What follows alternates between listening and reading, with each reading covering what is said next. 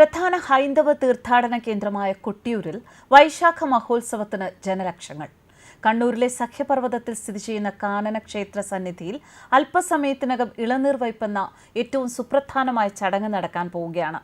ലോകത്തെ തന്നെ ഏറ്റവും പെരുമയാർന്ന മഴ ഉത്സവം കൂടിയാണ് സഖ്യന്റെ മലമടക്കിലെ ഈ വൈശാഖ മഹോത്സവം. പുഴകളാൽ നിറഞ്ഞ് അതിലൊരു പുഴയുടെ നടുവിലാണ് ക്ഷേത്രം. ഈ ചെറുപുഴ ശൈവ സ്വയംഭൂവിന് ചുറ്റും സദാസമയം ഒഴുകുന്നു. ഈ പുഴയിലൂടെ ഭക്തർ വലം വെച്ചാണ് ക്ഷേത്ര ദർശനം നടത്തുക. ഇത്തരത്തിൽ പ്രകൃതിയുമായി ഇണങ്ങി കാടിന് നടുവിൽ സ്ഥിതി ചെയ്യുന്ന ക്ഷേത്ര സന്നിധിയിലേക്ക് മറ്റ് സംസ്ഥാനത്തു നിന്ന് പോലും ഹിന്ദു ഭക്തർ ഒഴുകുകയാണ്. സതീദേവി ദേഹവിയോഗം ചെയ്ത സ്ഥാനമാണ് ഇവിടം. പരമശിവനെ വെല്ലുവിളിച്ച് ദക്ഷൻ നടത്തിയ യാഗമായിരുന്നു കൊട്ടിയൂരിൽ നടന്നത് എന്നാണ് വിശ്വാസം.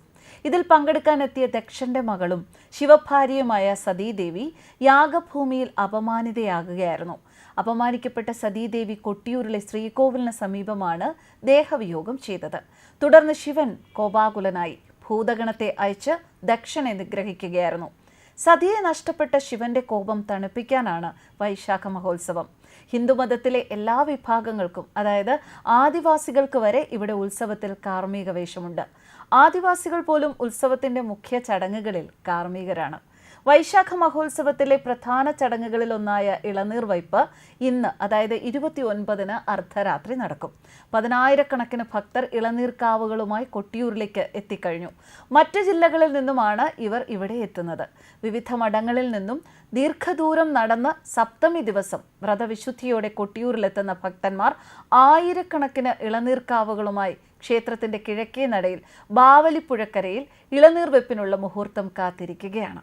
വേട്ടയ്ക്കൊരു മകൻ ക്ഷേത്രത്തിൽ നിന്നും എരുവട്ടി തണ്ടയാൻ എള്ളെണ്ണയും ഇളനീരുമായി ഇന്നലെ വൈകുന്നേരത്തോടെ കൊട്ടിയൂരിലെത്തി. രാത്രിയിലെ പൂജയും ശ്രീഭൂതബലിയും കഴിഞ്ഞതോടെ കാര്യത്ത് കൈക്കോളൻ തിരുവഞ്ചിറയിലെ കിഴക്കേ നടയിൽ തട്ടും പോളയും വിരിക്കും. കുടിപതിക്കാരണവർ തുടർന്ന് രാശി വിളിച്ച് വൻ ശബ്ദത്തിൽ അറിയിക്കും. ഇതോടെ ഇളനീർ വ്രതക്കാർ ഇളനീർ കാവുകളുമായി അക്കരെ കൊട്ടിയൂരിലേക്ക് തുള്ളി ഓടുകയാണ് ചെയ്യുന്നത്. ബാവലിപ്പുഴ ഇവർ ചാടിക്കടക്കും. എത്ര വെള്ളമുണ്ടെങ്കിലും എത്ര തീവ്ര മഴ ആണെങ്കിലും ഇളനീർക്കാവുകാർ പുഴ ചാടിക്കടക്കും. ശരീരമാകെ എണ്ണ തേച്ച് ഉറഞ്ഞു തുള്ളി 10,000-കണക്കിന് ഇളനീർ വ്രതക്കാർ ഇളനീർ സമർപ്പണത്തിനായി കുതിച്ചെത്തുന്നത് ഒരു അപൂർവ കാഴ്ചയും ആചാരവുമാണ്. കൊട്ടിയൂർ പെരുമാളിലുള്ള ഭക്തരുടെ വിശ്വാസമാണ് എല്ലാം. ഇളനീർ അക്കരെ കൊട്ടിയൂർ ക്ഷേത്രത്തിലെ ശ്രീകോവിലിന് സമീപത്തെ ചെറുപുഴയിലേക്കാണ് സമർപ്പിക്കുക. ഈ ചെറുഅരുവി ആയിരക്കണക്കിന് ഇളനീരുകളാൽ നിറയും. പിന്നെ അത് ഒരു ഇളനീർ പർവ്വതം പോലെ കുന്നുകൂടും.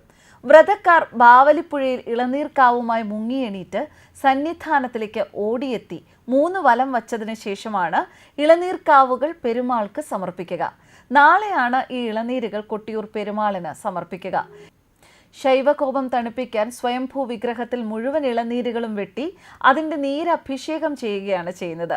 10,000-കണക്കിന് ഇളനീരുകൾ വെട്ടി അതിൻ്റെ ജലം സ്വർണ്ണ വെള്ളിക്കുടങ്ങളിൽ ശേഖരിച്ച് സ്വയംഭൂ വിഗ്രഹത്തിൽ അഭിഷേകം ചെയ്യുകയാണ് ചെയ്യുക. ഈ സമയത്ത് ബാവലിപ്പുഴയുടെ നിറം പോലും കരിക്കിൻ്റെ കറയിലും നീരിലും ഇരുളിമയിലായിരിക്കും. വൈശാഖ മഹോത്സവം നടക്കുന്ന കൊട്ടിയൂർ ക്ഷേത്രം പ്രകൃതി രമണീയമാണ്. സ്ഥിരമായ കെട്ടിടങ്ങളൊന്നും ഇവിടെയില്ല. 28 ദിവസത്തെ ഉത്സവം കഴിഞ്ഞാൽ ക്ഷേത്രം പൂട്ടും. പിന്നെ വനം കയറി മൂടും. കാട്ടോലകൾ കൊണ്ട് നിർമ്മിക്കുന്ന പർണശാലകളും ശ്രീകോവിലും ആണ് ഇവിടെ. ഉത്സവം കഴിഞ്ഞാൽ ശ്രീകോവിൽ പിഴുത് പുഴയിൽ ഒഴുക്കിവിടും. സ്വയംഭൂ വിഗ്രഹം പിന്നീട് തുറന്ന അന്തരീക്ഷത്തിൽ വിജനമായി കിടക്കും. ശിവനിദ്രയായിരിക്കും പിന്നീടുള്ള 11 മാസങ്ങളും ഇവിടെ. മനുഷ്യപാദസ്പർശനം പോലും ആ സമയത്ത് ഇവിടേക്ക് പാടില്ല. ഇങ്ങനെ അപൂർവതകൾ നിറഞ്ഞ കൊട്ടിയൂർ മഹാക്ഷേത്ര ഉത്സവം എന്നും ഹിന്ദു ഭക്തർക്ക് ഒരു മഴ ഉത്സവവും കാനന ഉത്സവവുമാണ്. News desk കർമാനസ്.